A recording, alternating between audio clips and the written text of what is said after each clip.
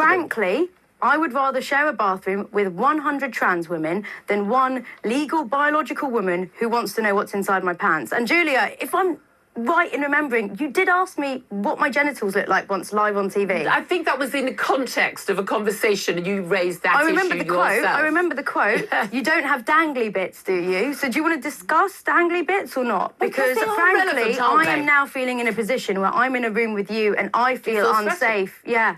You feel unsafe? I feel unsafe. Welcome back to the Right Take Report. Today, the left is constantly preaching about tolerance and inclusivity, but it only seems to apply when you agree with them. In this clip from The Talk, which you won't want to miss, we're seeing what happens when somebody dares to express a different viewpoint, and the ending is actually pretty comical. The other person walks off of set all angry, as you saw in the preview.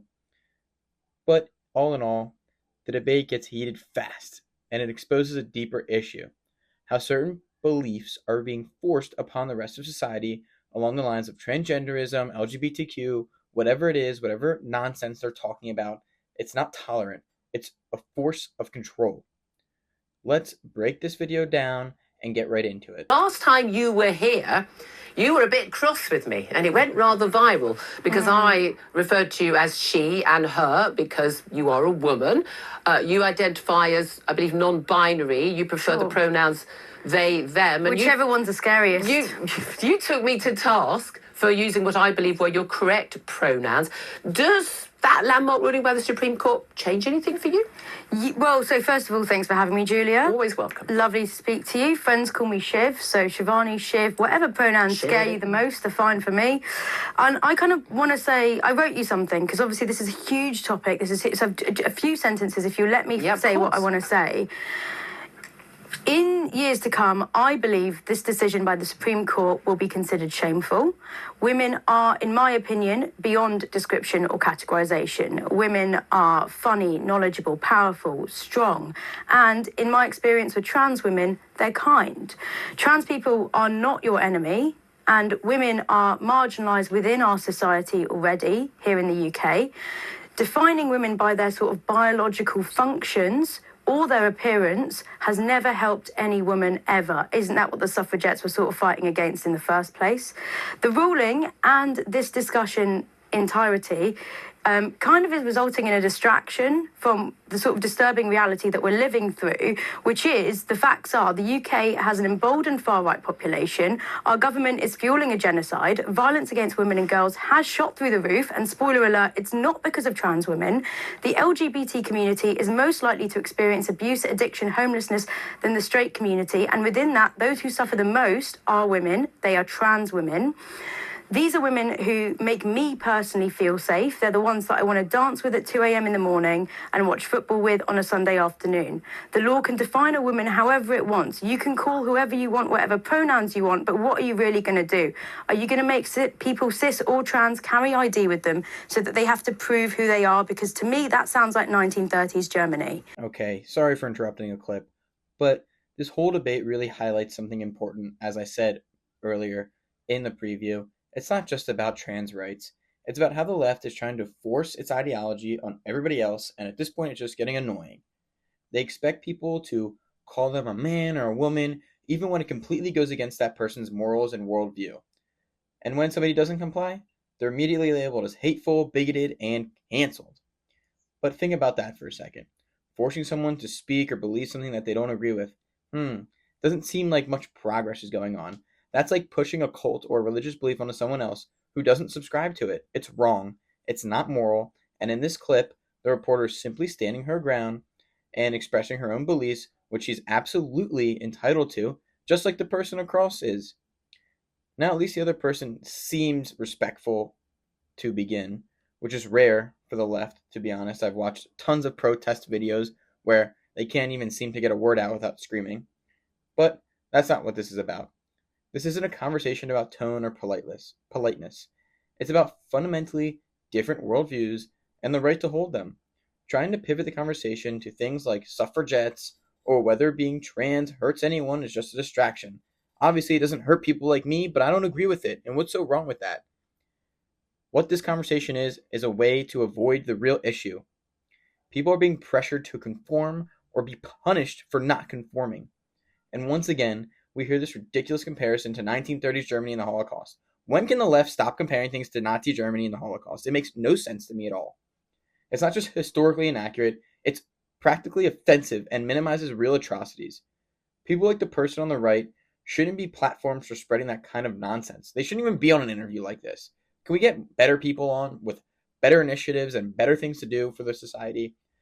This person on the right is plain, manipulative, dishonest, and frankly, it makes me pissed. On top of that, she plays the victim, just like everybody on the left does. It's so much easier to play the victim nowadays, while actively trying to silence or shame others for having a different belief. This is not progress. It's coercion. I'm just sick of it at this point. But that's all for now. I'm going to get back into the rest of this clip. If I were to call this out for the BS that it is, and if I were to swear on air, I would be in more trouble personally than any bigoted politician or presenter that has ever played a part to further marginalise this already vulnerable community. Right. Despite the years and even decades that some broadcasters have dedicated to vile and hateful dog whistles about communities that bring so much joy and happiness and creativity to the world and this country, I just think that the people who are celebrating this with their bottles of champagne are going to look back, or hopefully we are going to look back at them and think that it's actually quite dark and quite disturbing that what they are celebrating is a separation of vulnerable people from society who are not going to be able to access the services that they need to access. Right. I mean, Kate, there's a lot to unpick there. Are you including me just out of interest in the vile and hateful dog whistle broadcasters? It's a self-ID situation. If you feel you sit into that... No, well, I don't, obviously, because Well, I've not been hateful about anyone who's trans or... Do you? I'm asking you. It's not for me to put you in a category. It's not for you. Okay. Right, here we go. Right, you say it's shameful. You think this in the future will be regarded as shameful. I mean, you obviously think it's shameful now. Yeah. And trans activists, many of them argue it is. Yeah. Right? I'm not a trans activist. I'm just a person. But I'm talking about many trans activists. I wasn't including that. When you say women are beyond description and categorisation, well, no, I mean, that's like saying, well, a table or a dog is beyond description and characterisation. We have words, and words are only useful as an ability to communicate between human beings because we all agree what those words mean. So if I hold up this navy blue mug and say that's orange, and use one of those, we have to be using words that have the same meaning. It's navy blue. So when I say it's navy blue, then you have to understand that as the same thing as I understand that. Otherwise, it's a meaningless conversation. So when we have a conversation about what is a woman, we need to all know what we mean by that. Now, it's your view and the view of many activists, I'm not saying you are, and many activists, that women has a number of different categories. People who were born women and are women, and men who believe that they are women or have a piece of paper saying they are women. The Supreme Court was very, very clear. Yeah. They're saying not only is the law now, they're saying it has always been the case that because you have a piece of paper, even a piece of paper, a gender recognition certificate, saying that you are legally a woman if you're born a man, you are not, in fact, a woman.